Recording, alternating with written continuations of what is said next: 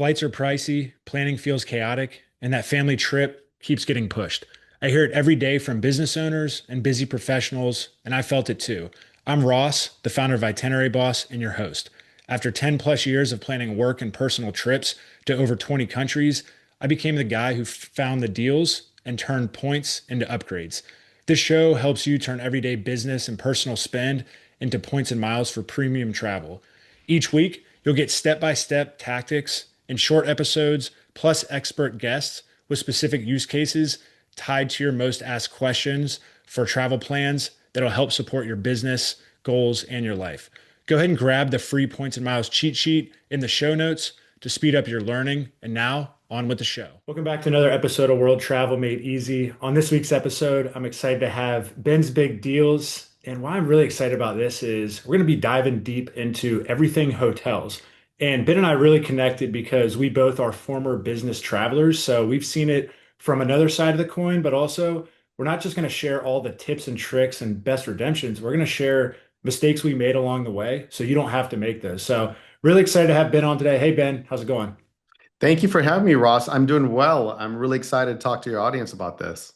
Yeah, this is gonna be good. I've heard you on a couple different shows, and I know you're an expert in a ton of different areas. But today, we're gonna be talking about hotels because when you and I first connected, I know you have a lot of different things that you do around hotels, and we're in an airline and hotel series. So what better way to talk about it? So first off, just for you, why did you dive so deep into hotels, and how has it brought you just, so much joy in the points mile space? Yeah, Ross, I started as a business traveler back in 2009. I always wanted to find a way that I could actually be able to travel. I never ended up working for the airline, but I ended up finding a role when I was in insurance where I could be able to travel. And we had a travel policy at work that says you can stay at any hotel you want as long as it has the word in the name of the hotel. So that's like Residence Inn, Quality Inn, Holiday Inn. As you can imagine, the luxurious inns that are out there, not many. And, so a lot of people, I think, glamorize business travel. Oh, they must pay for and I'm like, sure, but you got to imagine what kind of hotels I'm staying at when you're a business traveler. Um, my wife had no clue because she wasn't traveling with me what was the level of hotels. And so one day so we had started staying at La Quinta Inns. And if you've ever been to La Quinta, they're part of Wyndham now. But back then they were independent. And I got to top tier black level status, Ross. I had done 30 nights with them, and they gave me 2 free nights as an award for being top level. So I told my wife, hey, let's go to San Diego. I have 2 free nights. Let's go. And she's like, okay, great. She packs up, comes with me. And I think in the back of her mind, she thinks this is going to be a vacation, which is what I kind of told her. And we pulled up to the La Quinta Inn. I think she was thinking it was going to be like Waldorf Astoria, Corona, Corona del Mar. And it was not. It was not a picture of sea and sand and surf.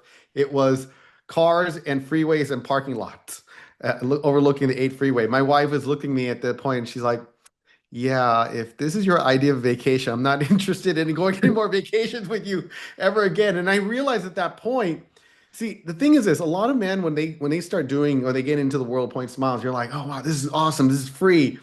But if you're going to take your significant other, if you're going to take your family with you, they could care less that it was free. They're looking at the experience. And I think it dawned upon me at that point that one thing is less, but the other thing is more experience is that are you going to leave that vacation with a memory? And it's good or bad. It's going to depend on part of it is what you're going to go do when you're on the ground because you spend more time on the ground than you do in the air. So I know there's a lot of travel influencers that talk about this is great first class, a bed in the sky, lay flat seat. But I'm like, what are you on there? Like 10, 12 hours max long haul, but you're on the ground, what, 10 days maybe? So right? I mean, when you look at it, I'm like, don't you want that bed on the ground, that experience to be better? And I think that's kind of where I come from. Yeah. And when you put it that way, I crack up and I'm laughing this whole time if you're watching video because La Quinta Inn, like that's somewhere where yeah, our families would bring because they had a pet policy. So they'd be like, oh, we're gonna stay at the La Quinta Inn. And as a business traveler, you bring up a great point. It's glorified, and then you do it, and you're like, I'm staying in the middle of nowhere at this random hotel. And sure, I might get some free nights down the line, but is that isn't when I get somewhere, that might not be where I want to stay. So I love how you break that down. And then also just yes, a lot of the times people are, hey, I want to fly business because I want to maybe get this glamorized seat and I want to maybe show up well rested. When you put it like that, where you're staying 10, 14 days, like you're gonna be sleeping more time there than you are on that flight. So Correct. that's really, really important. Something that you talk about that I think is really special, and a lot of people don't realize it's taking just an extra step, but it's when you are there, how do you get a better experience, right? Are there top strategies for getting complimentary room upgrades? Are there any other tips and tricks that you like to share that you found that work over the years? Yeah, there's a lot of things that you can do to improve your stay. I would say this, the first thing to improve your stay is to communicate with the property that you're staying at. It's very rare that I see people before they become my masterclass students. Many of them never reach out to the property proactively. That can be really helpful because think about this. I talked to GM one time and he told me this. He says, "We call you guest. We're the host. Of course, we want to know who you are because you're our guest. But do you, as a guest, ever ask who's your host?" And that never happens. He goes, if you go to somebody's house, of course you're going to know them because you're going to go sleep in their bed, their couch, whatever. But when they come to a hotel, it's no different.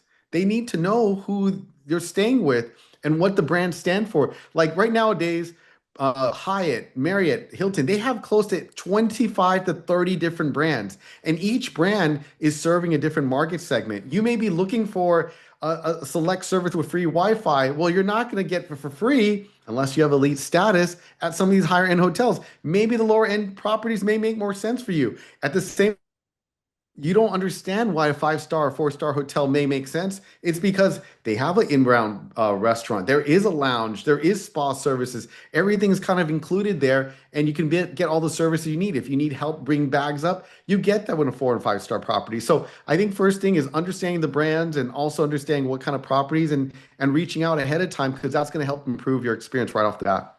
Okay. And when you say reaching out, you mean email? Like what are there any specific strategies that you like to use that you found work really well prior? So I teach my students to make a email is totally fine. And I think it's better to reach out to via email. A lot of people don't like calling nowadays anyway. So go ahead and send an email out. Let them know you're coming. If there's something in particular, reason why you're heading there in the first place, there probably is a reason. Explain that to them. Remember, people in the hotel industry or in the hospitality industry, they're there to serve. If it is special to you, you know, if it is an anniversary to you, if it is your birthday, if it is, I took my daughter on a father-daughter trip, first time ever, and we went to Big Island. And I told them, this is why we're going. Mom's not coming. It's just going to be us. I told them that. Why? And they kind of went out to take care of us. And I would say that it's important for them to know because how can they customize your stay to your and I think a lot of people don't even realize that's a thing. Yeah, no, 100%. And like we went on our honeymoon in April and months in advance when we booked, I just forwarded the email and said, "Hey, here's our reservation. Here's what we're coming from for." Whether if it was at IHG or Hyatt, shared our status, said, "Hey, it would really mean a lot for my wife and I." Hey, I wanted to take a quick break to say thank you so much for tuning into the show. The only way the show grows is through listeners like you helping us share it. So if you're enjoying the show, it'd mean the world to me if you hit that 5-star rating, shared it with a friend or family member who's ready to travel more, save money, or just needs a little bit more inspiration and that nudge. And if you're posting about it on Instagram, go ahead and tag Itinerary Boss, and we'll make sure to reshare it and shout you out for giving us a shout out. Thanks so much for the support. It truly means a lot. And now back with the show. For this specific hotel, for this one, and just like shared that, and then just created a standard email template that now, right, you can utilize throughout, that you can use in the future, which is, that's very important. And then you have that to use. And we're going to Grand Cayman as we're recording this on Friday. And same thing, just said, hey, we're excited. We got this from our wedding planning. We are using free nights. We have this status. And, it would mean a lot because it's our first vacation, right? Since X date, it would mean a lot. Our first time we came in Island. So sometimes it's just like creating that specific reason, like you said. And a lot of the times they'll respond and they'll say, "Hey, we're excited for this. This is kind of what we can do." And even if they don't, sometimes when you get to the desk, you can just ask. And when you're in person and they may have that availability. Yeah, absolutely. It's always helpful to ask because if you don't ask, you won't get it. I mean, how can they read your mind? Sometimes people ask about an upgrade, and I would also argue this. Tell them what type of upgrade you're looking for. Like, for example, I do a poll of my students all the time. Like, what's more important to you? A nice view? For some people, it's a nice view when they open up and they got a great view. Or for some people, it's just more space, maybe a suite or something like that. Maybe because the family, there's three of you and you would appreciate more space. Let them know that because they know the hotel better than you do. So if you need something to ask for it. And so here's the other tip. It's going to be a lot easier to ask for an upgrade or get an upgrade or receive one when it's a shorter stay rather than a longer stay. For example, think of it like this. If a hotel has 200 rooms, and let's say 10% of the rooms are suites, so that's about 20 rooms. They're going to reserve those 20 rooms. That's their high margin where they make money kind of room. Kind of think of it like an airplane where all the rooms are economy, but the suites are like business class to a hotel. That's where they make their money. It is the same space, it's just in a different space. I mean, think about it. It doesn't cost them more for housekeeping to clean a suite than a regular room. Maybe a little bit more time because it's a bigger room, but in terms of cost to a hotel, it doesn't really make much of a difference. But in terms of space for you, in terms of amenities and luxury for you, it makes a huge difference. So if they're not going to sell it, okay, if they're not going to sell it, then there's a possibility that you could get it. If now, would they kick out somebody who's a paying customer to give it to you because you have elite status? Probably not, not at all, because they're there, they're a for-profit business. Let's not argue what it is. So I don't want people to think that somehow I'm going to give them some kind of special secret that they can get over on a room that. So think about it from this perspective. If it's only one night, it's more easier to get that upgrade than 2 nights, 3 nights, or if you're saying a Saturday and Sunday, where that's maybe the nights where they're going to probably sell it. So if you're asking for a 7 night upgrade because you're there for 7 nights, I probably reach out in my letter and say, I'm willing to move after the Friday so you guys can sell the room. So, because they're not going to ask you to put you in a room and then ask you to move out. But if you say proactively, hey, I'm willing to, 2, 3 days, and if you want to sell the rest of the room on Friday, Saturday, they may give it to you on those nights where they're not selling it. But see, it's a matter of reaching out and communicating, and you got to talk to the right person as well. Yeah, yeah, 100%. Yeah, that's something where I'm just thinking through, right, what we sent over to on our Grand Cayman stay. It's like we're there Friday to Tuesday, Friday and Saturday most likely not, but we're willing to move if it's Sunday, Monday for that upgrade. So those are strategies, right, that you can put into play. Yeah. Yeah, no, and when you say the right person, do you mean like the info at Hyatt Hotel, or like are you reaching out to the GM, front desk? Like, what do you mean by that? I mean, asking the lowest person on the totem pole who has no power to do anything at the front desk is maybe not your best strategy because they don't have the power to do anything. Because even if you schmooze them up and they like you, I mean, they can't give away free rooms because they don't have the power to do that. So I would say, obviously, you want to talk to someone who has the power to do that. You mentioned GM, that could be one person that could be able to do it, but there's other people out there who are managerial. So I would say anyone who's a manager or higher that controls that aspect of it is always helpful. Okay, okay. That is super helpful. I'm curious too, what are your thoughts on hotel co-branded credit cards? Are there ones that you really like? Because that's a question I get a lot, where whether it's on the personal side or a business owner, where they put all their spend on a Marriott card for status, or they use their American Airlines card. Like that's, what a lot of people who are getting newer into this do. So I'm kind of curious, what are your thoughts on kind of all the hotel branded credit cards? Well, out of all the hotel branded credit cards, I think there's two that stand out as a standalone. And one of them, the least expensive one, is probably under $100 and super valuable. Imagine by getting $100 credit card, and one of them is called Chase. It's by Chase Bank. It's the Intercontinental, the IHG Premier card. That particular card is a really outsized value and under recognized because number one, it actually gives you global entry TSA pre-check. For a $95 card to give you that, you don't have to go get like a $500, $600, $800 card for that. So that's number one, it gives you that TSA and global entry. But more importantly than that, It also comes with mid-tier elite status. It gives you platinum status, which is their second tier. Now, it doesn't give you free breakfast, but when you check in, they'll give you a free drink or you can get points for that. That's another thing. But probably more important than any of those things is this. If you have that credit card, not only do you have platinum status with them, but you also get a a free night when you book points with 3 nights. So if you do 3 nights on points, if you have that credit card, you get the fourth night free.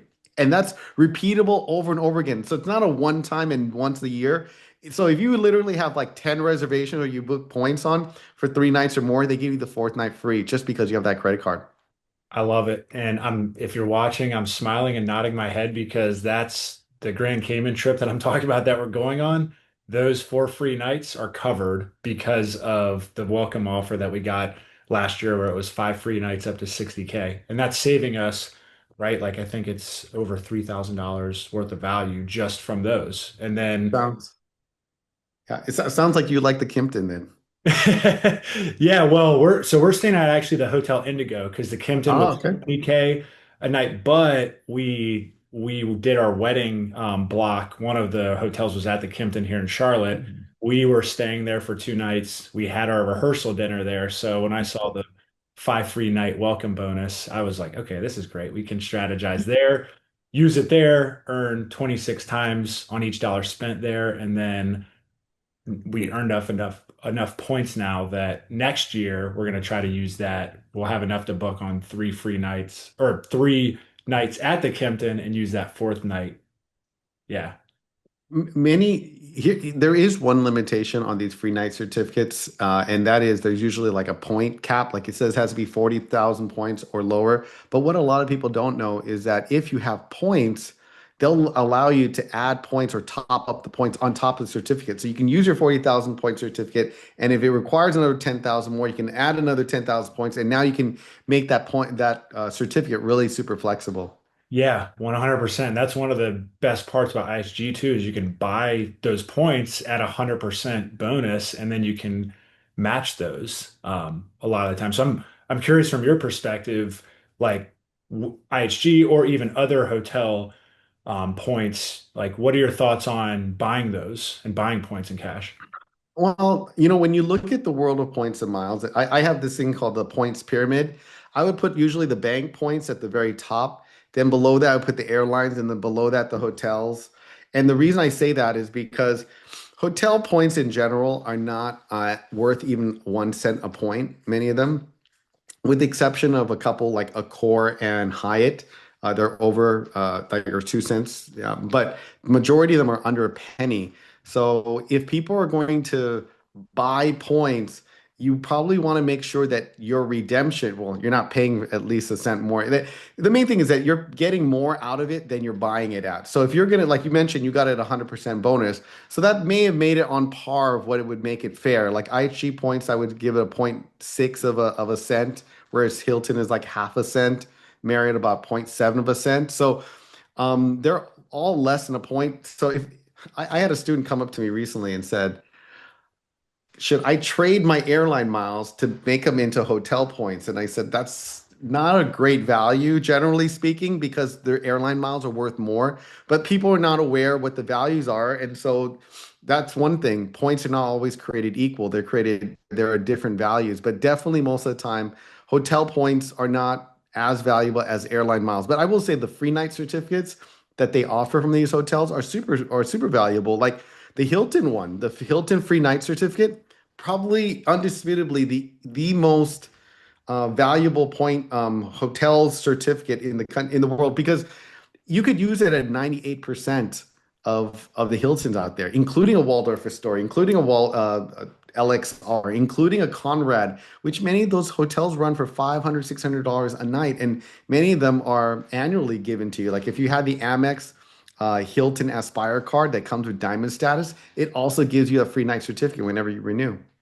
Yeah, that's amazing. And I think that's where just strategizing and it isn't always just paying with that one card is super helpful in understanding that. And I think from a business traveler standpoint, you did it for years, I did it for years. The mistakes, something that I wish I knew, when I was 23, 24 was don't only stay at Marriott's and Hilton's. Like Hyatt can be your best friend. And I learned that Yeah. later, and that's what I try to tell people is, hey, like when you're going, and now my wife travels for work, so we kind of double dip, and I'm, make her book hotels through Rove Miles, right, with Yeah. the high card and all that, so we can do a lot of double dipping. But yeah, I think a lot of the times it's just like understanding and too, like where do you want to go? Because it may just be that you have kids sports and you want to use those free night certificates, or some of those strategies just around that versus going on a lot of big trips. Yeah, another thing too is you mentioned, there's Marriott, there's Hilton. They have a particular program that's good as well. So if you have even silver status with Hilton or Marriott, and almost anybody here at least has silver. I mean, it doesn't require much to get minimum silver status. That will allow you to, if you book a 4 nights on points, they get the fifth night free. So you don't need to get their credit card. Sometimes people are like, well, I need to go get the credit card. You don't need the credit card with Marriott or Hilton. If you book 4 nights on points, your fifth night is free. And then sometimes people go, well, I don't need 5 nights. I only have time for vacation for 4. Then my next question becomes, well, have you booked your flights yet? They say no. And they said, I may be coming on a red eye and I'm worried, like, will they let me check in early? I said, that fifth night free, you can make it the night before, and that way you'll check in early, and you won't even have to worry about checking early because you actually paid for that with the free night. And they go, oh, that's awesome, Ben. That's great. That's like, or do the reverse. Take the fifth night free on the back end. So instead, you have a late night flight at set, 9 o'clock, 10 o'clock at night. You can spend the whole day there and and you don't have to leave early and worry about having to check out at 12 o'clock. Now you have literally the whole day, and that blows their mind how they can be able to use that free night. Yeah, no, that's a very good creative strategy. And I don't think people, because yeah, I mean, especially when you're doing an overnight flight to Europe, or if you're just going in it, like when we flew home from Bali in April, our flight was at 12:35 p.m. So I did, when I booked, I was getting ready for the wedding and stuff. I booked until an extra day and I looked, I'm like, oh, wait, that's the 23rd. So we made changes, but we ended up being able to do that. So no, that's an awesome strategy. Are there any just different like regional quirks that you've noticed? So, differences, if you're going to Europe, Asia, maybe South America versus the US when it comes to like hotel room sizes, upgrades, elite status, anything like that? Yeah, I would say that when you're heading to certain countries or certain regions, you have to expect, especially I'm a family traveler when I'm not traveling for business. So I travel with my family a lot. At one point we had 4, now we're down to 3 because one's growing up now. But whenever you're traveling with a family and you need more space, just be aware, a lot of places in Europe, just kind of like New York hotels, they're kind of small. Same thing with Japan, tends to be smaller rooms. And so you may need to reach out ahead of time. Maybe you need to request to see if there's a suite available. I'll give you one. Hilton has a program called like a family room where they'll give you the second room at half price sometimes. So if you need 2 rooms, you need to reach out to the property ahead, but ask them, always ask in case before you book that second room they may be able to give you a discount on the second room because of size and space capacity, just for that reason alone. So that's something to consider. But if you're heading to Asia, for example, one thing I really love about Asia, and I would say the Middle East is somewhat similar to this as well, is that if you have elite status and you have, let's say, lounge access, many times they'll give you access for breakfast, not only in the lounge, but they'll also throw in an extra perk and says you can choose in the breakfast, in the lounge, or in the restaurant. So it's nice to have both. That's awesome. No, that is very good tips. I'm curious because, a lot like you said on the front end, a lot of the times it's business class, first class, the bed, the apartment, right? That's what Yeah. everyone sees on social media. Yeah. So when you get into this, it's aspirational, right? Some people Yeah. only get 1 or 2 trips.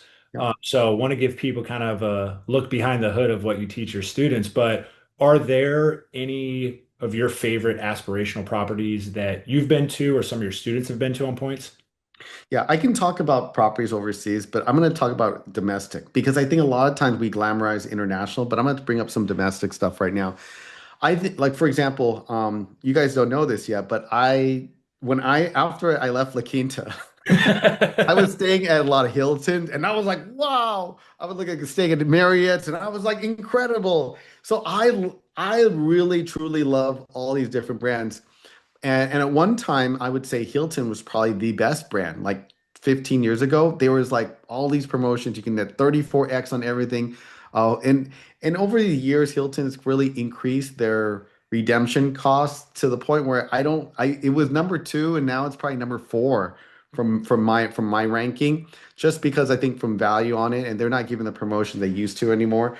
And really at the top of the heap right now that's consistent is really Hyatt. Um, I'll start with this. I was staying at Hyatt back in 2014 when they didn't do World of Hyatt. It was still at that time called Gold Passport. And under the Gold Passport program, in order to become their top tier, which they called Diamond at the time, you actually had to stay on earn cash stay. So I always had to decide during that time, do I want to stay on cash to earn elite status and get to top tier Diamond, or am I going to redeem all these points I have? And so I make this decision all the time of, am I going to spend cash or am I going to spend points? Because I literally had to make that decision all the way until 2018 when they finally changed the program. They said, you know what? If you stay on points, we'll count that as well. And that changed everything. Now the points and miles people started coming in because they realized they can get to elite status and have globals even if they didn't stay on a cash stay and they just paid with points. So I've done both. And I would say that Hyatt, outside of it being a great point stay, is that they are a great hotel brand. If I had to choose, if I had to compare the brands, if I'm going to say, like most people will say who are listening are going to say they're Marriott loyalists. I will say that today Marriott is like Starbucks. They're everywhere. You can find them everywhere you go. And if I would say what is Hyatt more like, I would say it's like Nordstrom. It's a little elevated, more elevated, and their customer service is great. Their hotels are awesome as well. And the ones that I really would like you to pay attention to, if you have points and miles, or even if you have cash, one property is really nice in the West Coast. It's called Alila Ventana. It's Big Sur. That's a fantastic property. Just give you an idea. The very first time I stayed there, um, I was eating breakfast, and next to me was Jake Paul and his agent. That's And all. she was discussing with him about whether he should take this ad. They want him to do a tweet, and they were going to pay him like $1 million to do a tweet. And he was telling her, no, that doesn't match my brand, blah, blah, blah. Like just, being in the room with those kind of things. And then Justin Bieber was like in the room, two rooms next over to me. And the only reason I even knew it was Justin Bieber is because his tour bus was down there. And he never came out to eat, but I know he likes hamburgers. That's He loves ordering hamburgers. Like, I know, like, what are they ordering over there? But like having that kind of special thing to do, like I would never spend the rooms cost $2,700 a night. Okay. I would never, and my wife would probably not allow me to probably spend $2,700 a night there. But because of points and miles, we're able to stay there multiple times. I've been there back there many times.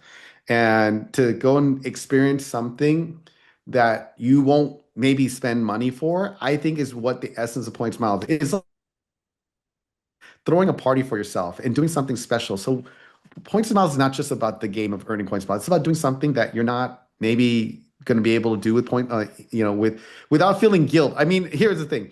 If I really wanted to spend $2,700, I'd probably do it, but I would have immense guilt of spending that much money on one night at a hotel. I'm like, no, what am I doing? I could have done so much other things with it. But when I spend the points, I don't feel that same amount of guilt. I feel like I got a great deal out of it because I didn't have to spend cash. And I think at some level, people who do points miles, they love that aspect of it. The other one I want to mention is a property that many people have not heard, maybe heard of, but have not experienced. And it's a brand called Miraval. Miraval belongs Hyatt as well. Their flagship is in Tucson, and so everyone's always going to go, oh, but it's hot out there. Like it's actually 10 degrees less than in Phoenix.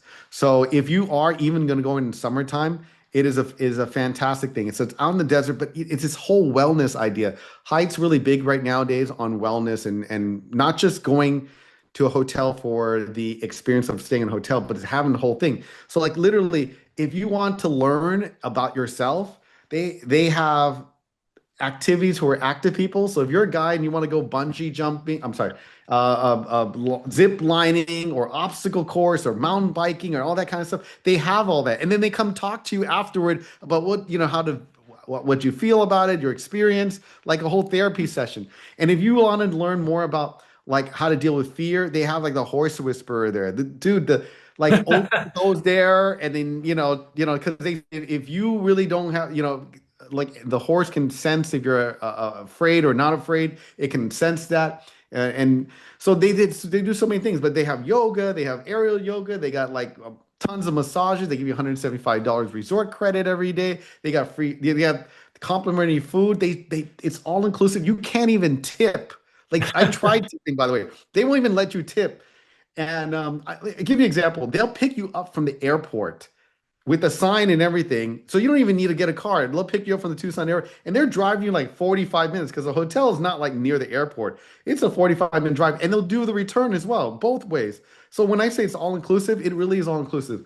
Hyatt liked the experience so much, they decided to buy the brand and now they have like two of them. There's one in Austin, there's one in Berkshire, and then the newest one, this is one on my list for 3 years now, Ross, is they're going to open a Miraval, first international property, Miraval, in the Red Sea coming up in 2026. Oh, wow. Where's that one going to be at? It's going to be in Saudi Arabia in the Red Sea. So I'm just imagining it's, because normally they do like archery and then bee hunting and then wine tasting. This one is probably going to do something with floating down the river in the group on the Red Sea. They're going to do some crazy wild stuff. I can only imagine what's happening. Right now, Saudi Arabia is trying to go overdo their, re-overhaul their image right now. They want to be like, imagine if you put Dubai and Maldives together. That's what they want to be right now. Yeah, I've seen some of the stuff that they're doing with some of just everything on social media and on the internet, and it looks amazing. But no, we got luckily and got to stay at when you talk about the Alila out in Big Sur. We haven't gone; it's on our list. We luckily got to enjoy the Alilas when we were out in Bali, and my wife was just like, "This is the best experience I've ever had. They make your bed 3 times a day." Like she was like, "What? This is." So that was like the highlight of our honeymoon was the Alila stay, how they treated you. I got to check out the one in Tucson. That sounds amazing. Yeah. Miraval. Many people looking so out. I'm like, right here, Miraval, Tucson, you got to check it out. But you mentioned Lila in Bali. I mean, the Lila Uluwatu is incredible. If you ever had a chance to go that one, I think you went to Seminyak or did Yeah, you yeah. go? So we did Seminyak, we did Abood. We were debating on doing the Uluwatu one, and I wish we did because if when we go back, we will. We went to Savaya, the day club, and we saw Diplo play there. So, and you can Mhm. really walk from Savaya to the Alila Uluwatu. So next time we go, that's exactly where we're going to stay, and it's only 40,000 points a night, and you walk Yeah. out. It's insane.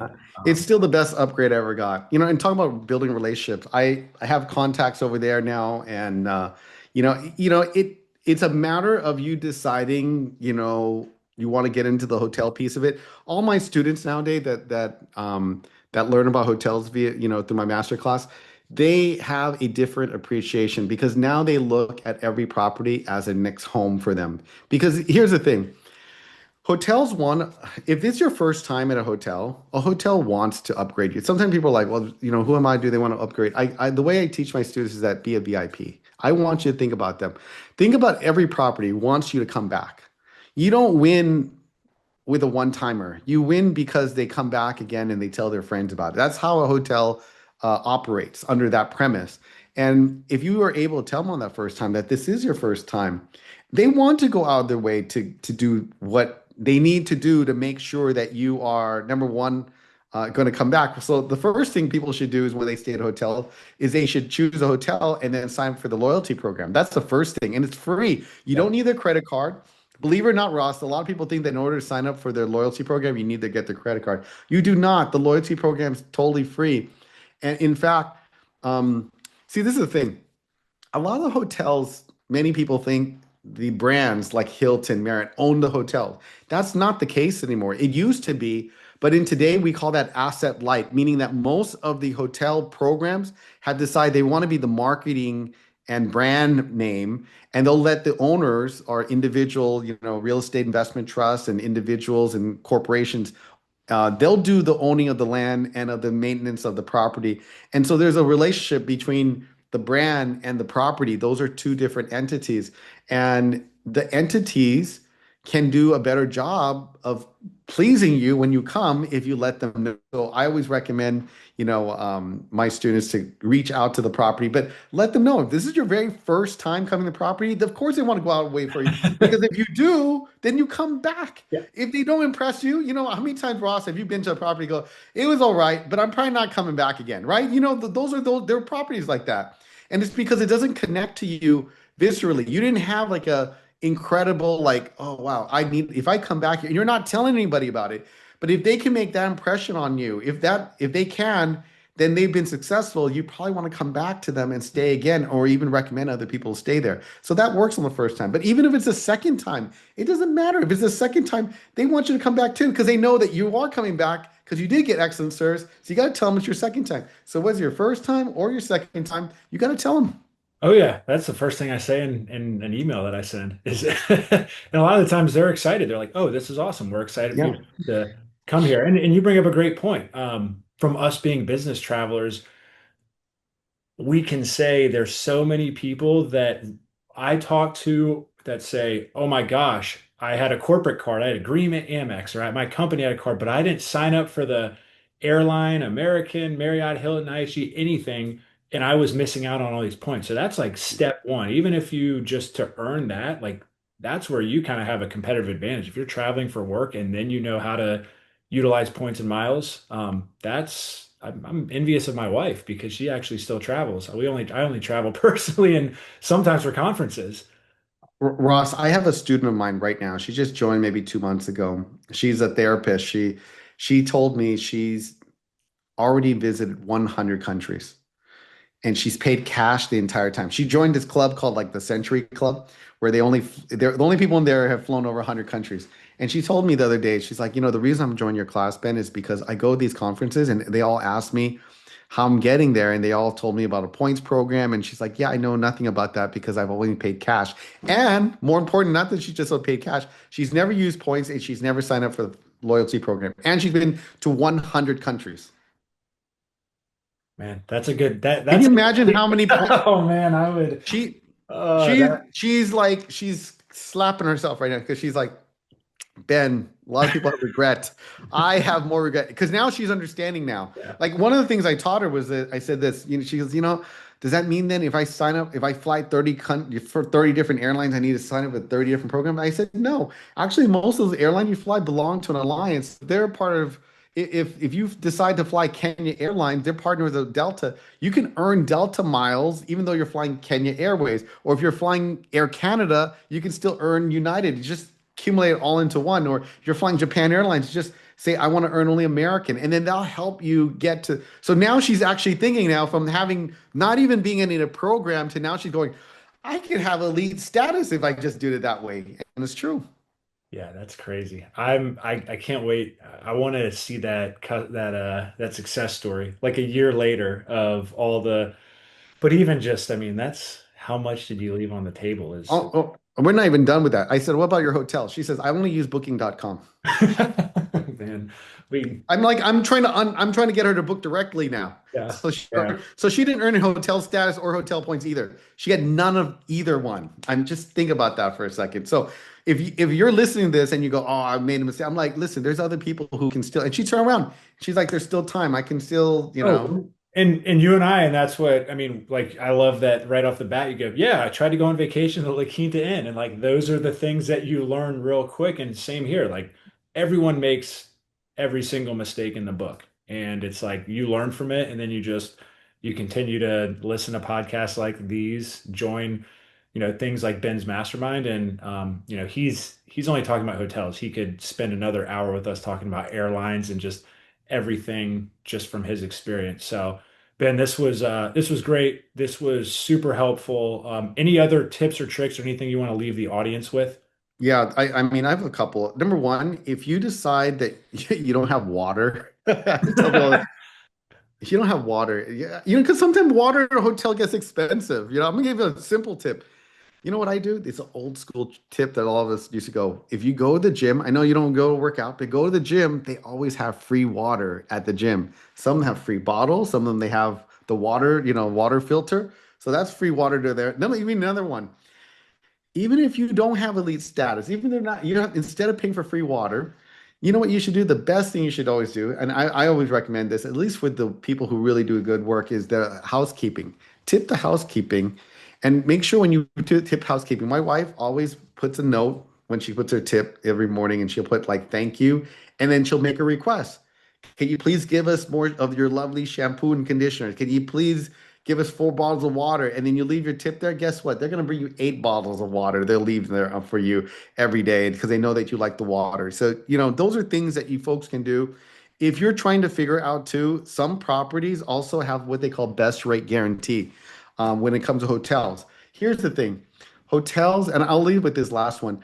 Hotels would like you to they do because whenever you book through Expedia, online travel agency, or any of the third-party online travel agencies, they have to pay anywhere between 15 to 25% commission to those brands.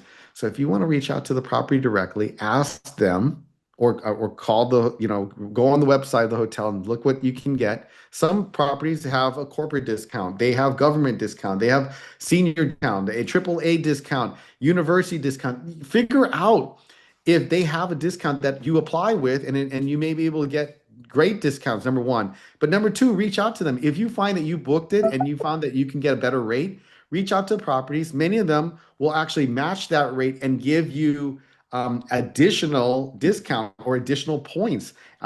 Hilton is honestly one of the best ones. Hilton will actually even give you the best rate guarantee, even if you haven't booked it yet. Ross, did you know that? Even if you haven't booked it, you could reach out to Hilton and says, you know what, I want to book Hilton, but I'm looking on this website and it has the same room, same date, same cancellation policy. Guess what? If you can send the proof of that, they will actually give you the discount ahead of time, and they'll say, here's our rate for you. We'll match that and then give you either 25% discount, or we'll give you, 2,500 points or something like that, which is super awesome. And I've done that multiple times. So much value there, and the fact that I think it's just sometimes you got to do the extra legwork, but at the end of the day, it's worth it, and then it just becomes a habit, right? And then you just say, okay, I'm booking this, I need to do this, and once you get started, I mean, this just sounds like it's part of your process, and you don't even think twice about it. It is, if we're only talking about 170, $180 rooms, I'm probably not going to take the extra effort. But some of you are going to book a nice hotel for your anniversary and it's Yeah. $400, it's $500 a night. You're staying there seven.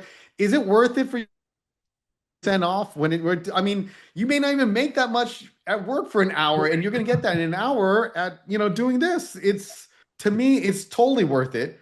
It's gonna come out of your pocket some way or once or another. So if you take the time to learn it, I've had so many students take my class for what they're paying for my course, which is like the cost of a one night at a suite ever. They get upgrades for the rest of their life. And Yeah. they've told me, sometimes even the very first redemption, I've had students who were titaniums and Marriott ambassadors, and they said, "Why do they come take my class?" And they said, "It's because I want to get a higher upgrade." They said, "Ben, I get upgrades, but not as often as you do. I want to know how it works." And when they did, some of them have gone presidential suites and executive suites and hospitality suites, and everyone here can be a VIP, is what I'm trying to say. And it's just a matter of getting to understand how a hotel works and get behind the scenes, and you can be able to do it for yourself and your family as well. Awesome. Great way to end. Ben, this has been so value packed. I learned a ton. I know others definitely learned a ton, but if they want to, right, if they're like, hey, this is a lot and I want to take a step further, like you talked a lot about your course, your master class. Do you mind sharing a little bit more about that and how people could get started there? Yeah, it's 4 days. I kind of take you to the boot camp. I cover Hilton, Hyatt, IHG, Marriott. There's some other programs out there as well. We'll cover like a little bit on Accord and Wyndham. But not only that, but we'll cover into the brands. And when does it make sense to use cash versus when does it make sense to use points? Because unless you're flush with millions of points a year, you want to make sure that you make that best redemption on the points. And we'll talk about that. And then we'll talk about what happens to get elite status and how to kind of fast track. I have some unpublished ways that I can't share online, but there are some ways that you could be able to get fast tracked. And then the other things that you can, more importantly, is how to get kind of reach out to that property ahead of time. I get more detail, and I let you know what the best way to reach out and who to reach out to, because that's important. And then get them to want to help you, and then what you can do for them. And then more importantly, some lately I've been hearing a lot is what happened when things go wrong. Things happen, things go wrong. There's service failures all the time. I was just recently able to get 30,000 points in 5 minutes because of something that went wrong. And I'll explain that a little bit more when you come take the class, and how you guys can be able to earn points on service recovery. Awesome. That's amazing. And I can say from someone who DIY'd it and learned it myself for 10 plus years, I wish that I found out about that course like 10 years ago. And then it for people who are like, oh, how, I'm gonna have to pay for it. It is well worth it. I can say from my personal experience. So definitely go, give Ben a follow, check out his website, and then Instagram, website, where can people find you, Ben? Yeah, I'm a lot on Instagram at Ben's Big Deal, but I also have a Facebook page as well. Also my website, Ben's Big Deal. Keeps it very simple. Well, hey, Yep. this has been great. I really appreciate it. Thanks for your time. Listeners, if this is your first time tuning in, make sure you hit that follow or subscribe button. That way you don't miss out on any upcoming episodes with expert guests that we bring on every week, like Ben. Make sure you share with a family or friend who you think could find this valuable, who wants to travel more, and make sure you hit that 5 star. I think Ben deserves one. So that helps us reach more people who want to travel on points and miles. We will see everyone next week. Thanks so much, Ben. Thank you.